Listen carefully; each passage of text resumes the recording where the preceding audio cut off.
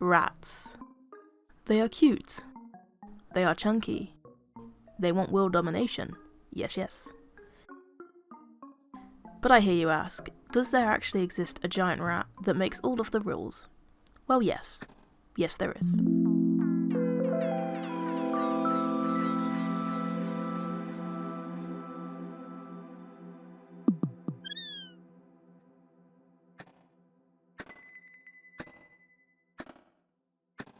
I'm Crafty Dog Minis, and welcome to this video where I paint one of my wishlist models and drag you all along for the ride kicking and screaming. This is the Forgeworld large-scale Skaven Assassin. I've been on the hunt for this guy for the last few years since finding out that these large-scale models existed. There are two Forgeworld Skaven models on my wish list. This model, and the beautiful Skaven Warlord bust that I will probably never find unpainted, but it is beautiful. I found this model on eBay, and I had actually been watching the listing for a couple of months. It started off at £200, but your girl gotta eat, and I think spending that much on a single model is kind of crazy. So I waited, and it kept coming down and down and down, until it came to the much lower and less crazy price of £60. So I slapped down the money, and a few days later, he was mine.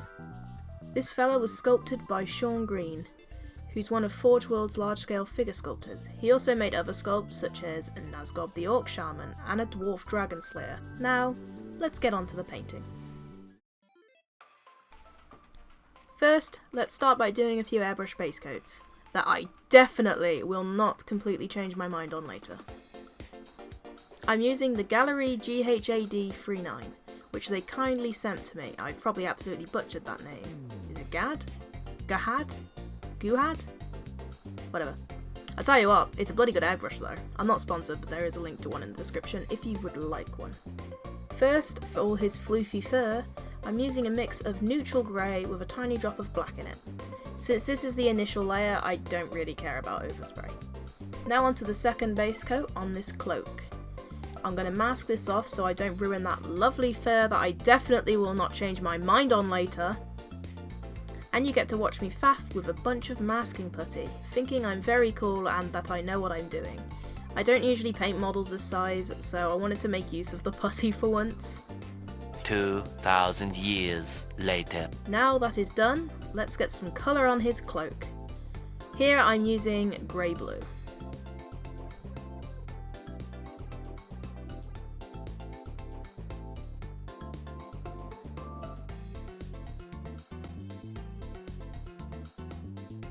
Once that is done, let's do more masking!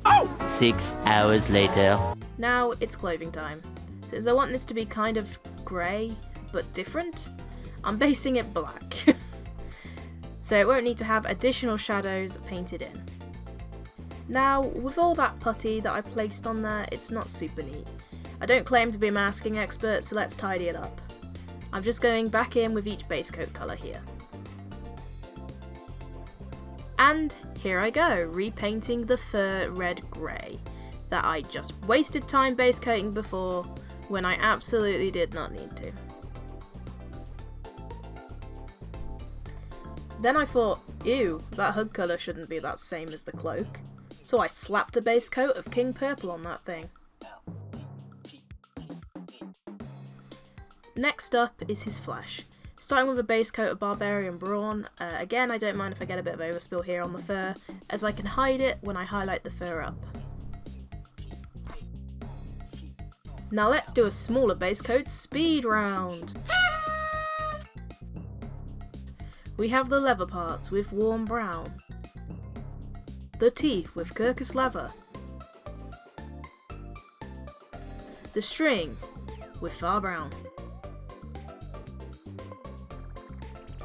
Base coats? Completed it, mate.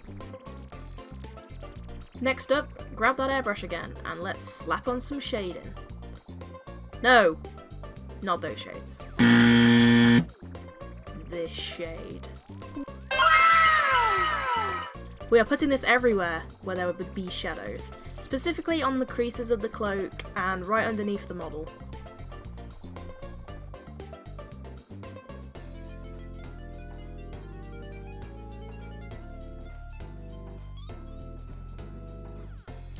So that's the base coats and the shading done. Now it's morbin time, it's highlight time. We are starting with the skin and an initial highlight with beige red. I'm just sort of stippling it on, or scratching it on, I guess a little bit of both. As with my usual painting style, I focus on contrast between the shadows and the highlights by making it very heavy, rather than squeaky clean, smooth blends. The downside of painting this way is that quite often it looks very rough until the very last few steps, which I guess is off-putting for some, but persevere, come on, you can do it. Next highlight here is basic skin tone, and again follow the same stipple, scratchy motion, just slapping it, stippling it, scratching it on.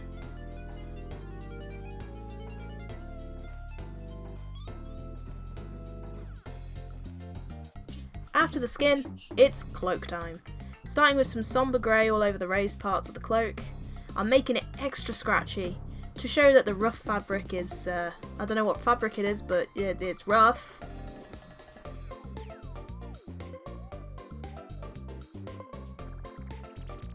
Then I'm mixing in a bit of glacier blue in with that somber grey, and again, making it rough.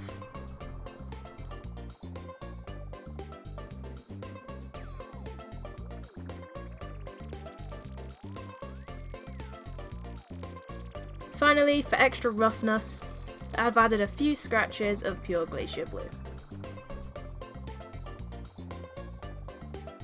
Gonna get the airbrush out again and cover all my mistakes with glaze, because glaze can solve all of your problems. Though it may not bring the wife and kids back, but glaze! Gonna drop some periwinkle purple speed paint in there and just spray it all over the cloak. I gave it with masking, so I'm just making sure I'm careful not to get it everywhere. And boom! Purple. Next is the hood. I'm just using the same technique I used for the cloak, same textures, but the colours are royal purple,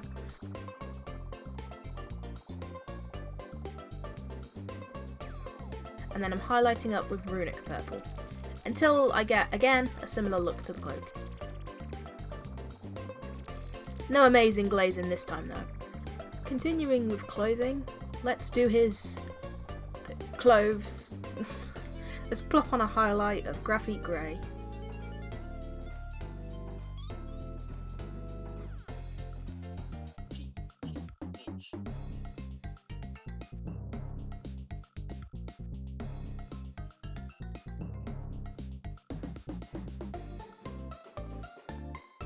And I'm going to gradually mix in bearing blue for additional highlights, sensing a bit of a theme here.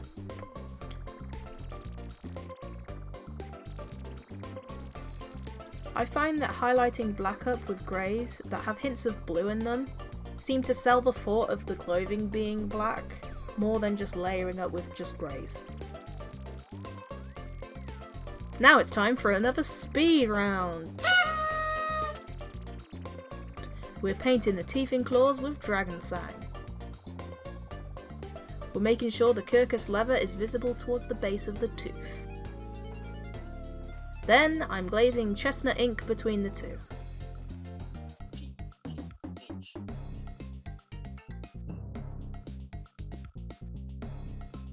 Now we're painting the string dragon fang as well.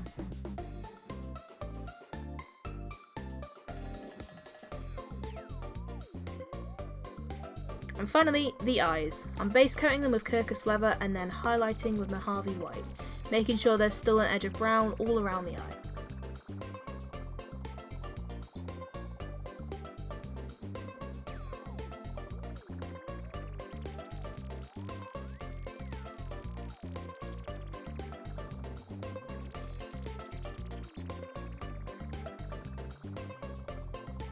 And finally, it's the fur. Usually I paint each strand of fur individually, but because the fur is sculpted on, it's quite difficult to do on this model. So I settled for a kind of dry brush all over the fur, making sure I catch every strand with the side of my brush using deck tan.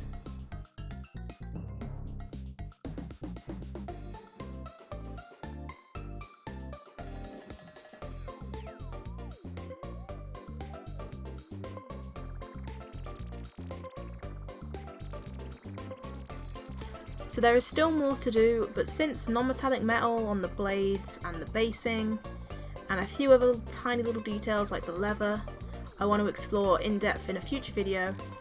For now, I'm going to show you them with some wonderful background music, and I will see you at the end. Let's go!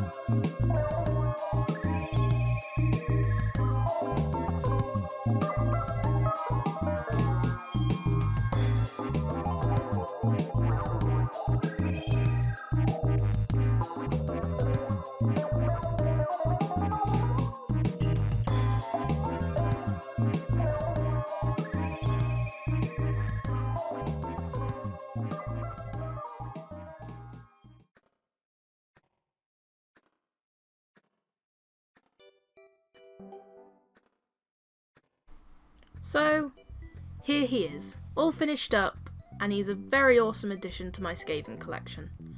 I'm also super happy that there's going to be a fully painted version of this guy online. During my research, I only found 2 other people's pictures of this model, and also the pictures from the eBay listing, but none of them were painted. I'd love to know your opinions on this model.